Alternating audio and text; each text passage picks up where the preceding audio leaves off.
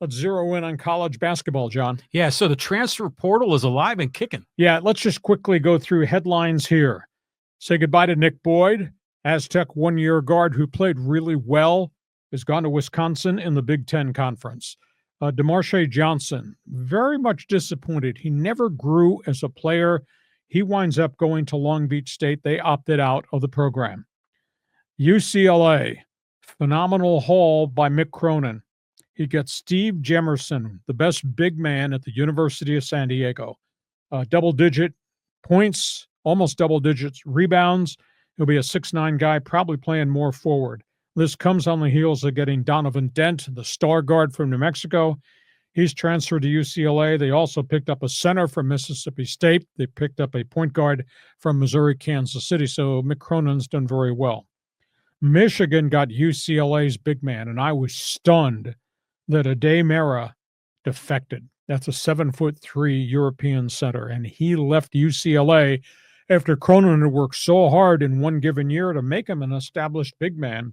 He winds up going to the Big Ten. A little bit surprised there. Maryland gets the ex-Aztec, Elijah Sanders, who jumped ship from Virginia after just 1 year. He winds up going to the Maryland Terrapins and their new coaching staff.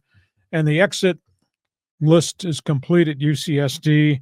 Hayden Gray, their very fine guard, he hits the transfer portal. It would not stun me to see him wind up at New Mexico, along with Josh Hart, the great high school star from Carlsbad, as Eric Olin tries to fix all things New Mexico basketball. So here we are on the final days of the transfer portal in hoops. A lot of movement.